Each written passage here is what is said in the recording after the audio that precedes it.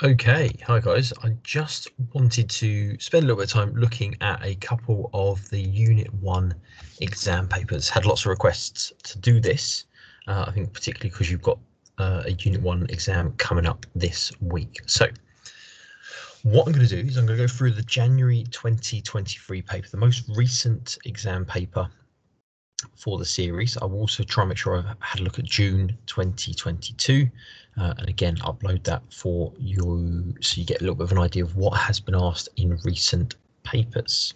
I'm not going to go into as full depth as I might do usually in these review videos, planning out an answer, but I will make some notes as we go and we look at the questions. Now, I've recently done this exam paper with my classes, and actually I think the paper was quite a nice one in terms of the content that has been asked, so hopefully you'll agree. So let's take a look at our very first question. So we've got 1A. Now, with 1A, it's a graph question, it's our data analysis question. And you've got this graph at the top looking at levels of cervical cancer in 2018. And we've got quite a big set of data. So we've got breakdowns of social classes, age ranges, and the occurrence of the condition. Now, looking at the questions, the first one says, which age range has the highest incidence of cervical cancer for the low middle income group? So low middle income is this slightly darker grey, but not the darkest. And we want to find the highest level. So highest level on the grey bar is going to be here, 40 to 54. So that would be our first response. And again, when you're writing these, you can write it as 40 to 54. You could just write 40-54. But as long as you've got it clear, that's the range you're looking at. Second question we've got on that list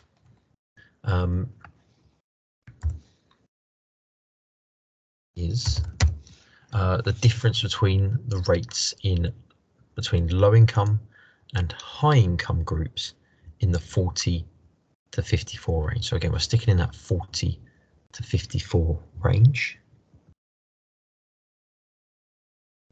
And the difference between the two, so you can see low income, it's probably just above 60. It's slightly, doesn't really give you a specific number, but just above 60 there. And the low income is going to be just under 20. So we've kind of got a range of sort of 61 to 19. So if we take the difference away, we're looking at somewhere around 42. If that was my math, so 61 or minus the 19, the difference there being 42. Looking at the mark scheme, gives a range of 40 to 45. So as long as your answer's in that range of 40 to 45, they'll accept it. So quite a big range, because again, we're looking at that difference between sort of around 61 and maybe around 19. But as I say, anywhere in that range, the examiners would give it to you. So as again, nice easy question to start with.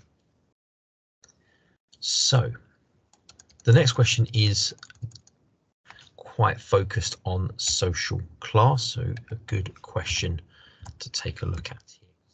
Examples don't tend to focus on very general things like class. It's always very specific conditions. So this says, on average, morbidity and mortality rates are higher among the poorest people in the UK. And the question says, outline 2 ways that low income leads to an unhealthy diet. So looking at low income and how that affects poor diet, the easy one to go with would be cost of fresh fruit and veg is higher and cheaper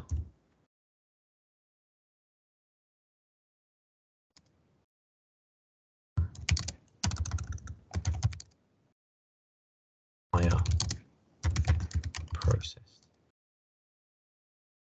We could factor in things like the cost of living or cost of heating, sorry.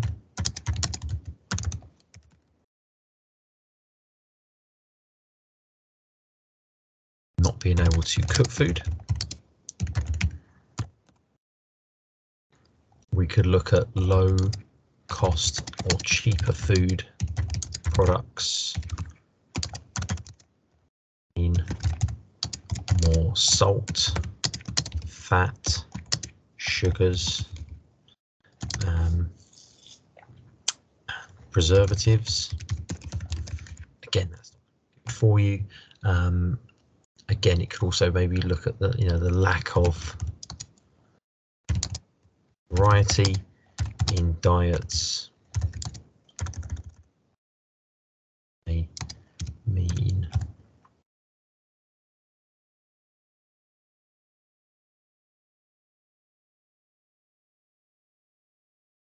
lower levels of vitamins and nutrients, because again, you're not having that variety of food because it's obviously expensive to do that, and more likely to eat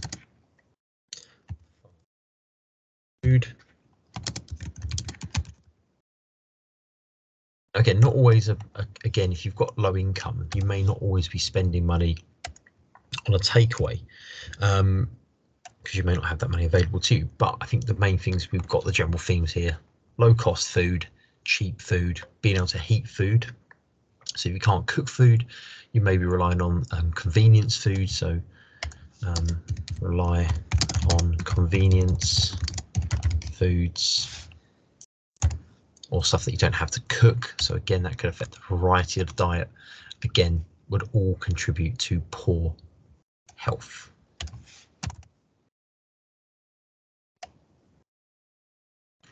And as it's a 4 marker, again, you're only doing 2 of these, but again, give your point and maybe explain, link it back to how it causes poor health.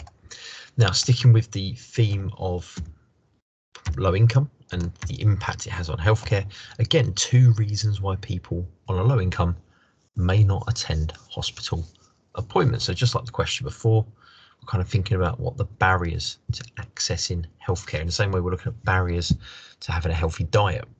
So the big one that's going to jump out, the big one is going to be cost of transport.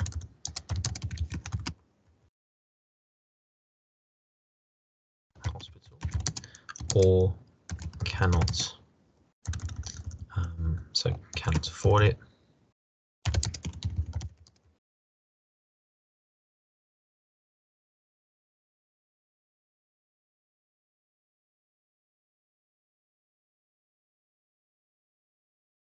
So cost of transport, can't afford public transport, do not own their own car. These would be reasons that would prevent someone from getting to an appointment. We may have issues like appointments not fit around work commitments, peak time from work. So again, if you're low income, you may not be able to take a day off because the cost of doing so will have an impact. So you have to try and have appointments around your work schedule, which isn't always available. We may see issues of not being able to pay for childcare or lack of childcare prevents attending. And again, because it's about low income, I would say emphasize the cost element, that you can't afford to pay a childminder, a babysitter. You can't have that childcare there, you can't go to the appointments. Maybe cannot afford prescriptions. And less likely to seek medical support. They fear a prescription. We've got this big issue with the cost of living crisis as it stands. A lot of people who are working, their full-time job, they're working incredibly long hours, they're not earning high wages, and with everything going up, that's put more pressure on families. So this would be a good example of why, someone who maybe isn't eligible for benefits and isn't able to get other forms of support may be reluctant to seek medical support. So access in terms of transport, can't fit the appointments around their work schedule, lack of childcare, or cannot afford prescriptions. So they're less likely to get support because they fear getting that prescription. So that almost like embarrassing the stigma of low income status and not being able to afford things. So 2 points, I've given you 4, but as I say, make sure you've emphasized how the financial pressure would stop them going to those appointments.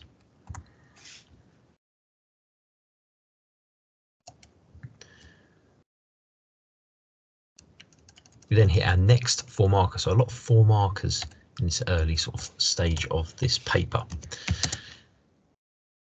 This one here says we've got social class and poverty are closely linked to educational achievement in the UK. So a lot of this is from that middle section, of course, section B, sort of maybe B3, B4, B5, where a lot of these materials have come from. So it says explain 2 ways low income may have a negative impact on achievement. So this is how educational achievement's been affected. So loads and loads of ways we can tie this in. So low educational achievement, and that could be caused by things like a lack of space to work at home. It could be housing conditions. If we're thinking about, cold, damp, mold, that leads to illness and absence, lowers achievement. Cannot afford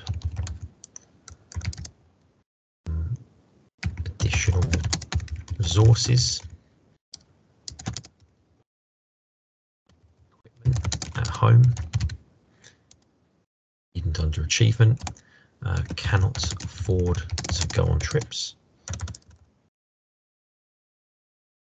again limiting their ability to take part in education, paying for uniform,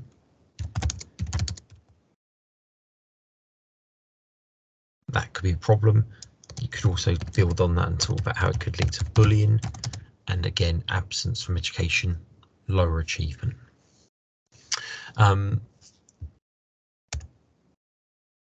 We could even talk about diet as well.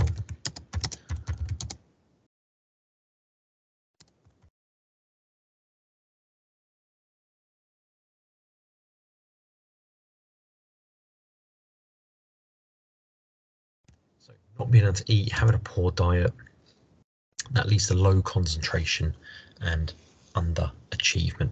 And again, this would be everything, 2 reasons really, quite a few possible examples you could include. Just tie it back to the achievement. How is that going to negatively affect achievement? So just make sure you're emphasizing that point, that it causes low achievement because. One thing that I will recommend, and I don't know if you've would have potentially watched it, is there's a YouTube documentary. If you go on YouTube and you search for poor kids, it's a really good documentary looking at the impact of poverty on children, and it covers housing conditions, diet, health and well-being. It also has elements of education in there, so it's a really, really good documentary on YouTube. And again, I would really recommend you have a look. It's an hour long in total, or 50 sort of so minutes, but again, fantastic program tying in with this topic area. It's a couple of years old now, but still very, very good. Okay, so that's 1D. We've got 1E. So now we're looking at infancy and emotional development. The question says, discuss how theories of attachment explain the importance of bonding during infancy. So, emotional development. The big element here is obviously about attachment. That's what we're asking, the theories of attachment. The main theory of attachment on our key boy is Bowlby. So again, we want to make sure we've got Bowlby in here. He's the main person who focuses on attachment, and we could summarize his key views. So summarize Bowlby. Idea of attachment with mother, all taking place in that critical stage, 0 to 2. Attachment equals resilience, confidence,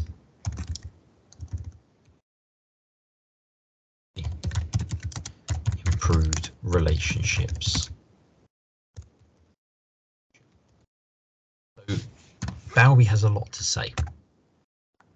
The better your attachment with your mother, the more confident you are going to be, the more resilient you're going to be to change and stress. That carries on into the future, better relationships. You could even talk about issues of deprivation, lack of attachment.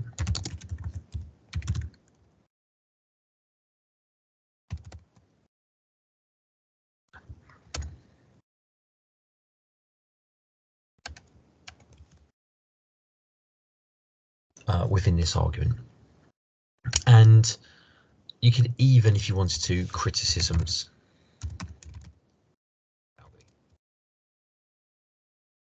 You could throw a criticism there, you know, focus too heavily on the mum. He only focuses on the initial stage, his sample is relatively small. So again, quite a lot you can include here, but I think if you identify Bowlby, his key argument, the impact of bonding and attachment and what that means for the future in terms of higher resilience, more confidence and better relationships in the future, that will be sufficient. Okay, and then that should lead us into 1F, which is going to be our first 10 marker. Here we go, and we see our first 2 characters. So we've not been introduced to any people yet. The first section of this paper has all been about social class, very general social class. So we now hit our first 10 marker. We see Elsa and Holly appear, who we've got a 2-year-old and a 4-year-old. They're both going into nursery. And the question is, to what extent does attending nursery, how's it going to be a positive impact on their health and well-being? Now, with any 10 marker, again, we want to make sure we've got a little bit of both. So this question is, to what extent? So we're going to want to have some good and some bad things in there within our response. I'm just put a little table in. So there we go. So we can go with some good things and some we can include. We also generally want to try and, if we can, squeeze a bit of theory in, just to make sure we've got a little bit of theory link. And we also want to refer to our characters. We want to make sure we're talking about them, but it's health and well-being. We can talk about pies here, we can talk about theories, a lot we can throw into this. So you can kind of take your own approach, but the main thing, to what extent, is you're going to be trying to justify an argument. So put 2 sides in, but do try and emphasize whether overall it's good or bad. So going to nursery.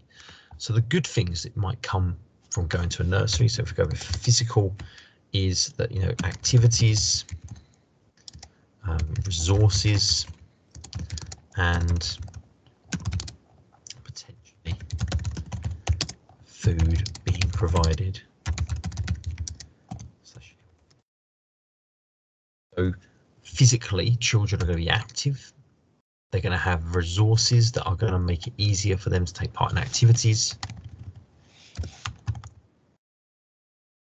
You know, and food being provided, that's going to be good for their physical health. But then the downside might be issues like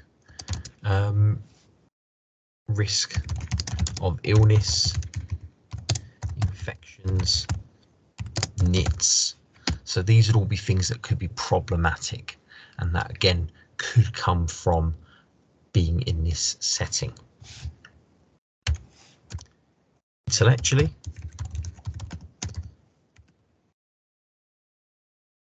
they're going to be stimulating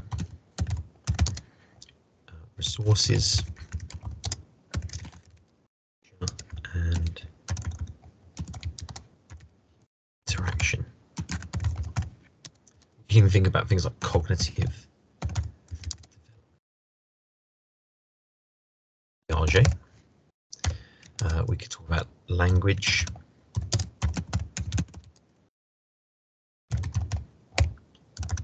So, theory people we can stick in there. Sort of emotional.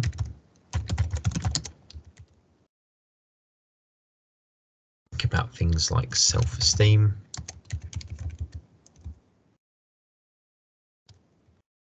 Concept, self-image, and again how these kids are going to feel. So if they're making friends, if they're interacting well, if they're coping with the change. We could even maybe look at ability to cope. So if they've got good attachment with mum, that's going to be easier. If they've got poor attachment, that might be trickier. So I'm just going to go down here.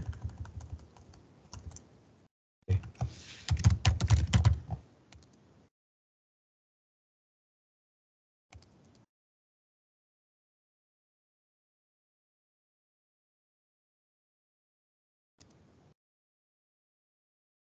A bit of separation anxiety. Again, we could throw in a little bit, this idea of Bowlby. You could throw in a bit of Schaefer and Emerson, Ainsworth, again, in terms of how that could have a negative impact. And then finally, socially, social development. Again, they're making friends, interacting with the kids. That's all going to be positive for them, but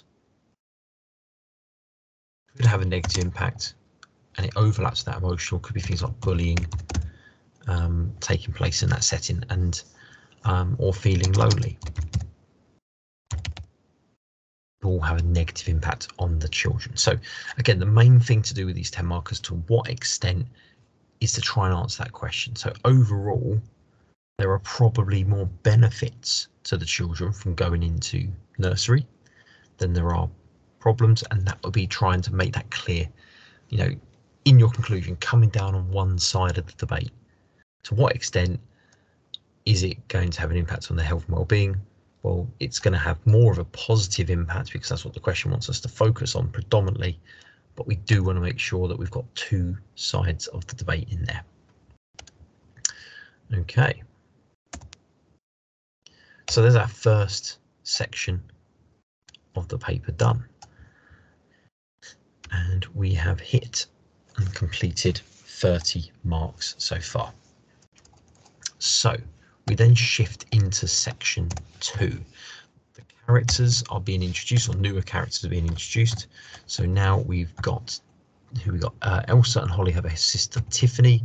Tiffany's 16, and she's recently started a job in a chemist. So because Tiffany is 16, I'm going to guess that we're probably going to see a question on puberty appear fairly soon. So outline what is meant by self-concept. So self-concept,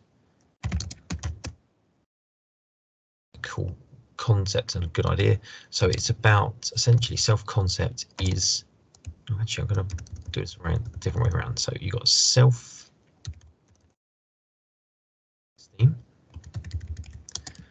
plus image equals self-concept. Now this came up in recent papers. So self-esteem is essentially how you feel about yourself. Image is how you see yourself. And self-concept is feel and see. So when you get questions about self-concept, self-image, self-esteem, the main thing that seems to be what the examiners want you to do is try and make sure you use that phrase.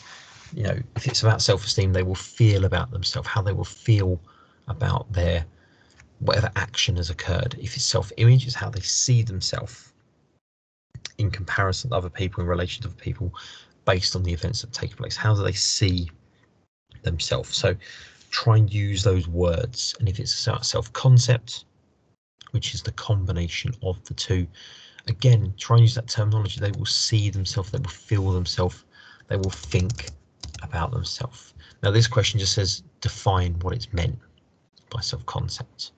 So you could talk about how self-concept is a combination of self-image and self-esteem. It's how they feel and they see themselves. Again, so 2 marks, 2 things to try and include in that response. And hit 2B, and Tiffany has started working as a chemist, and how that will how Tiffany's independence will be positively impacted by her new job. So Tiffany's got a job, it's gonna impact on her independence. So maybe the idea that she's earning money, some more self-sufficient, and can buy her own things rather than rely on parents. We could also look at things like her time management, becoming more independent because she's managing her time, organising her shifts, and taking his role and learning new skills.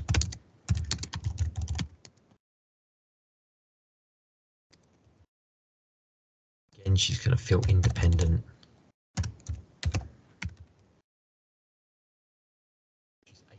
More herself. So again, these will all be ways in which her independence is positively affected, and that's going to improve her sense of well-being, her sense of self. This is all going to be positive for Tiffany. Right. We then have the next question. Oh, there we go. I knew, and I said puberty would pop up somewhere, and here it is. So Tiffany has experienced puberty. So she's 16, she's experiencing puberty, and how is it going to impact on her self-concept? So it's how, again, we're emphasizing that point, it's a self-concept question, so we want to make sure we mention sees and feels.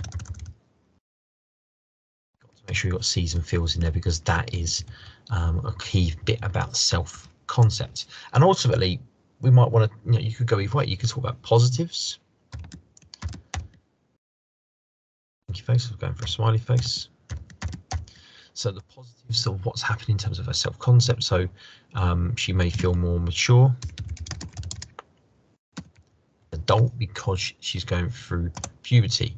Again, changes to her body may make her feel more adult.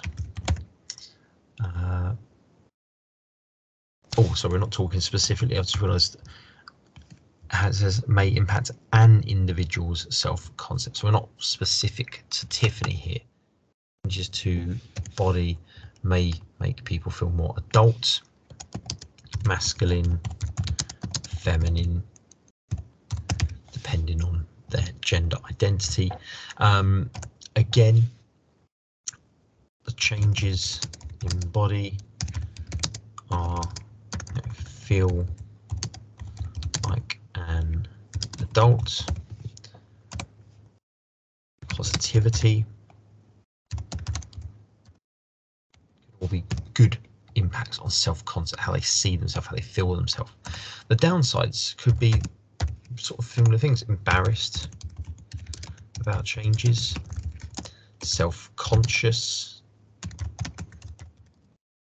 feel uncomfortable,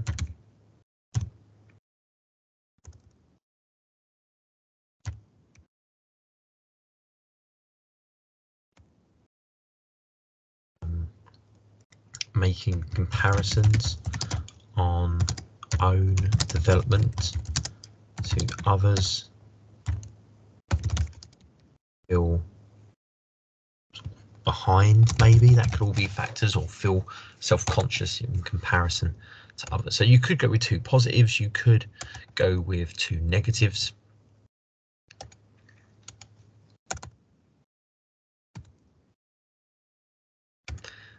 Again, whatever way you want to go, but essentially self-concept is again how people feel and see.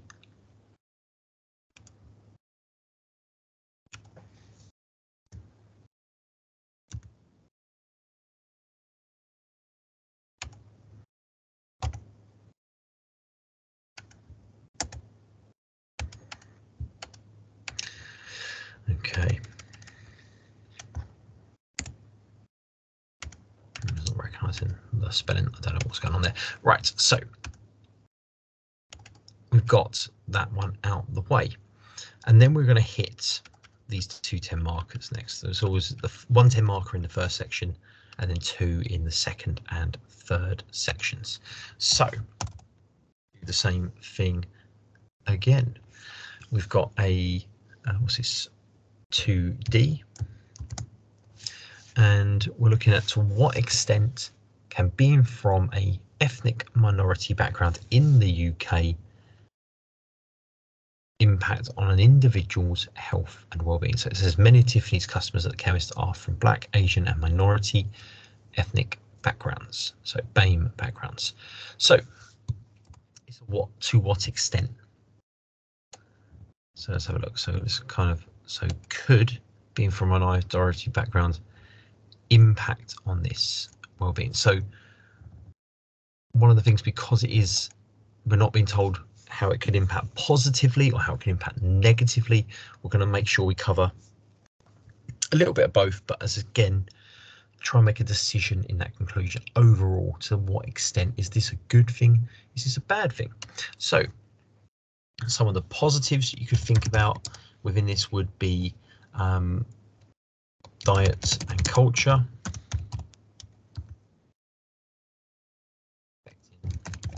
lifestyle.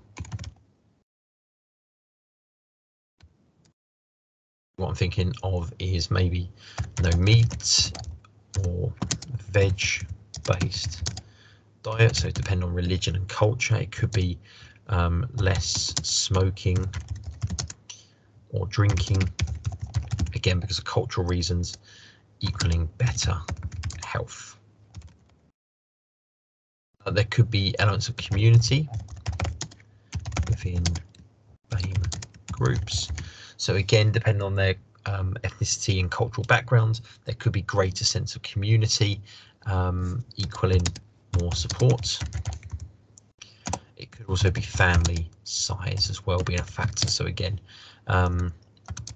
if a larger extended family, we've got that more support and attachment. And again, if you talk about a little bit of Bowlby here, more attachments, more resilience, more able to cope with stress. Problems that you could face, however, that you may want to consider, because we're looking at ethnicity, you know, you could talk about discrimination.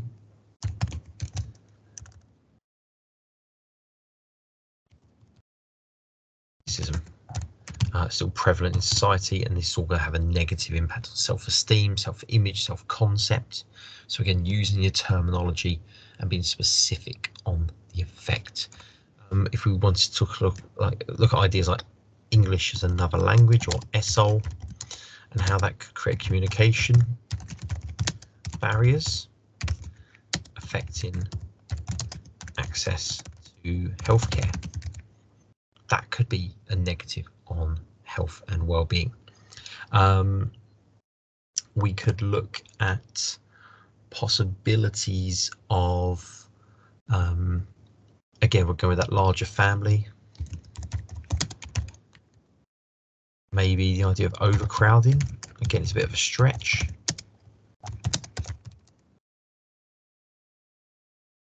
We want to kind of come up with a couple of good things, a couple of bad things, and we want to emphasize the effect on health and well-being. Then we have 2E. So scrolling down to 2E. So Elsa, Elisa and Holly are enjoying a nursery, but their behaviour is becoming increasingly aggressive towards each other when playing. So to what extent does social learning theory explain children's behaviour? So this is a nice topic because we've not seen this come up. So this is basically Bandura. Again, you may be familiar with Bandura and the Bobo doll experiment. In terms of social learning, the key arguments around social learning and behaviour being learned from others around them is Bandura. And essentially, I was kind of explain it to my kids, my students, sorry, this is a bit like monkey see, monkey do. So children will see behaviour, they will copy it, they will replicate it. If they get sanctions and reinforcement, so positive or negative, that will affect whether they repeat the behaviours or they stop the behaviours. So it's the impact on role models.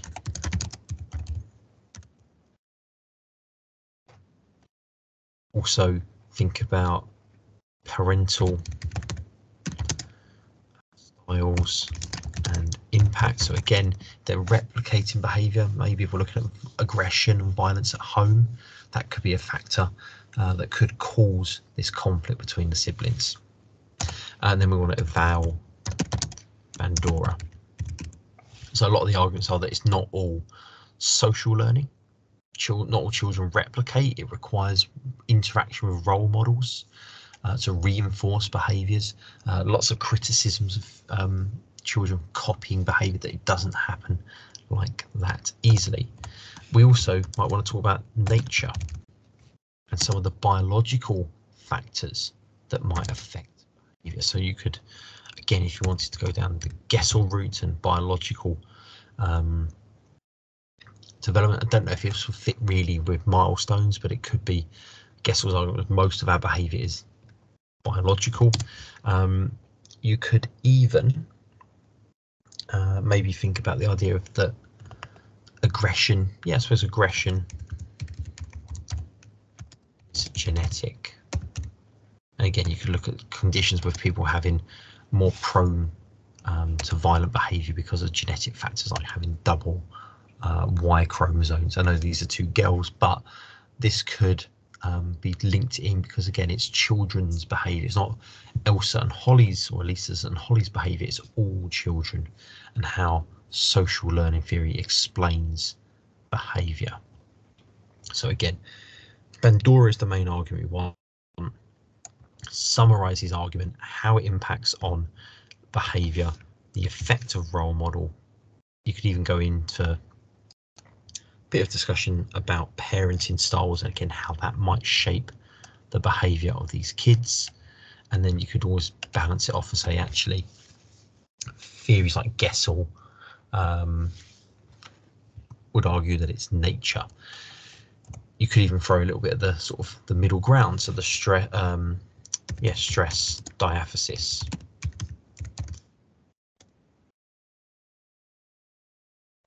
So we might be genetically prone to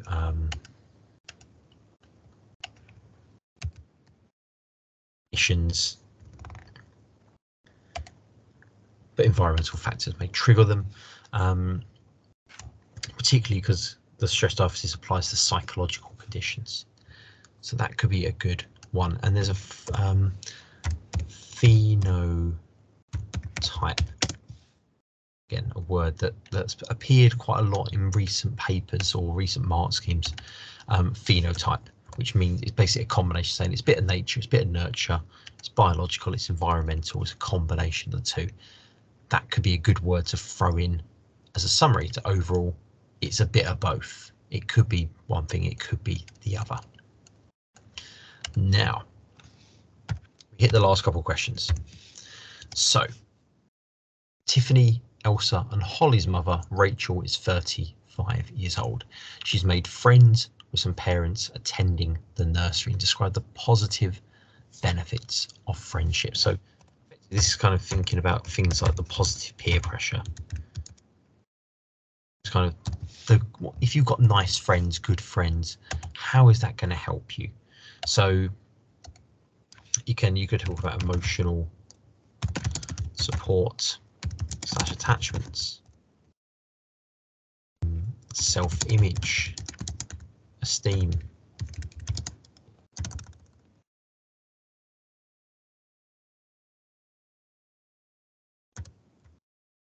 could be practical support, e.g. childcare, parenting, advice.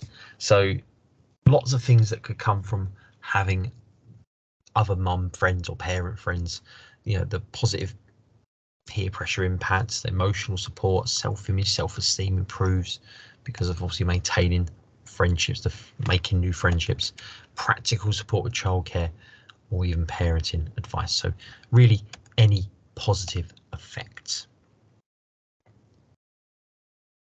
And again, the next question we've got here is a nice question. I haven't seen a question about the impact of lifestyle and pregnancy. That's not come up since, I don't think since 2019. I think it was the last time I saw a similar question off the top of my head. So, and that was a negative effect of lifestyle on pregnancy. So we've got a flipped question here, the positive impacts of a healthy diet and lifestyle on pregnancy. So if we've got a good diet, we're going to have all the vitamins, minerals needed for healthy growth of the baby. E.G.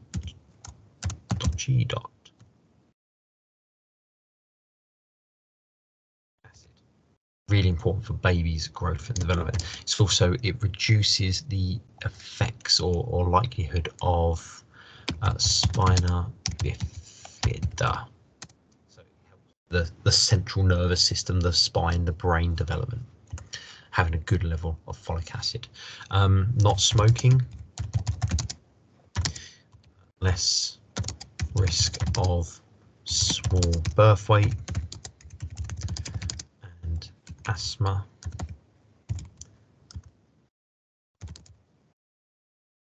Baby.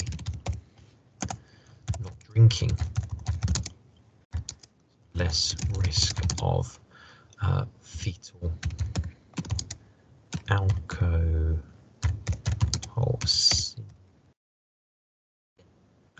or miscarriage.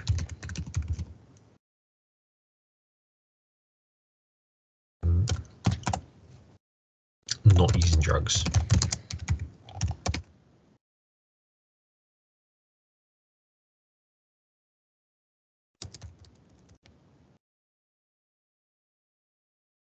Size.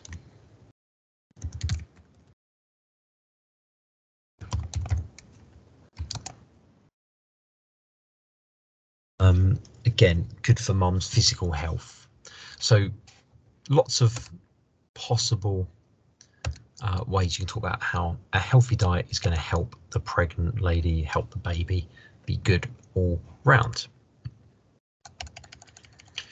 And then we hit our last two questions. So we've got a stress diaphysis based question here. So 3C. So stress diaphysis model. We've got Rachel was worried that working full time, looking after her children is having a negative impact on her health.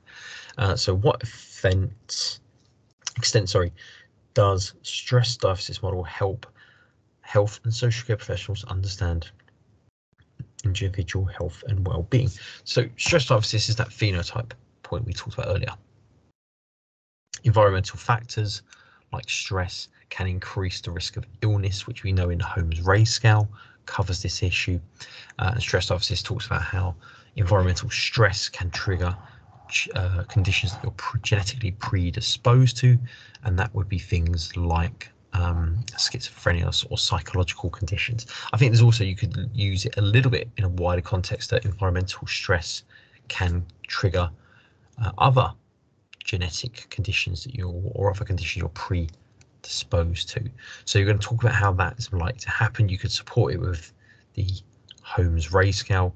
You then might want to talk about how actually a bit of stress can be beneficial. So low levels or stress can actually be motivating, can be a positive thing for people overall. And last but not least, nice question here. So Rachel's children have developed their cognitive skills and abilities at different rates and different ages. So to what extent do Piaget's theory provide an explanation of cognitive development? Now this again, it's not asking about Rachel's children specifically in the question, it's just saying children's development. So we can kind of go, well, actually doesn't even say specifically, the children just says provide an explanation of cognitive development. So if we've got cognitive development, our main man here is Piaget, and he had a lot to say on cognitive development. So his main argument around cognitive development was the stages, the steps of development, going through the sensory motor, the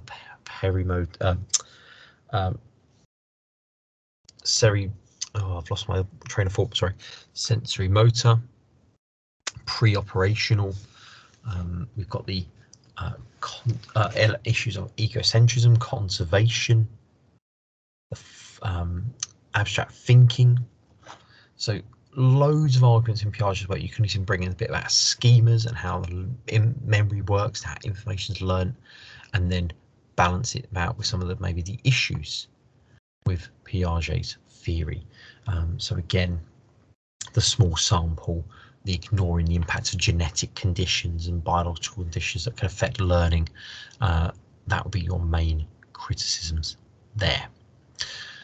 So that kind of has it. We've gone through the January 2023 paper. And that was a very quick whistle-stop tour of the questions, but I think this was a very nice paper overall. I think the questions were really quite good, and there's no real worry about them.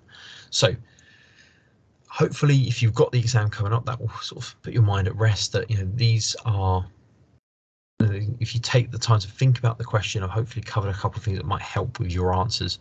But as you can see, you know, there's a lot of content here. As I've been saying to my students, things like theories, there are not many theories in this topic. You know, you've got Piaget, Bowlby, Chomsky, you've got your theories like stress diaphysis, Holmes-Ray, Bandura, you've got your theories relating to aging, and the 2022 paper had a lot of questions about aging and age-related issues. So you have a Hirsch, your Henry coming. There aren't that many theories, there aren't that many thinkers. So learn them all, because no matter what the question, particularly 10 markers, you want to try and, there's going to be a link or an opportunity to tie in a theory. So make sure you know the theories and those pros and cons. Okay, and there we have it. So as I say, hope this has helped. Thanks for watching, and good luck with any upcoming exams.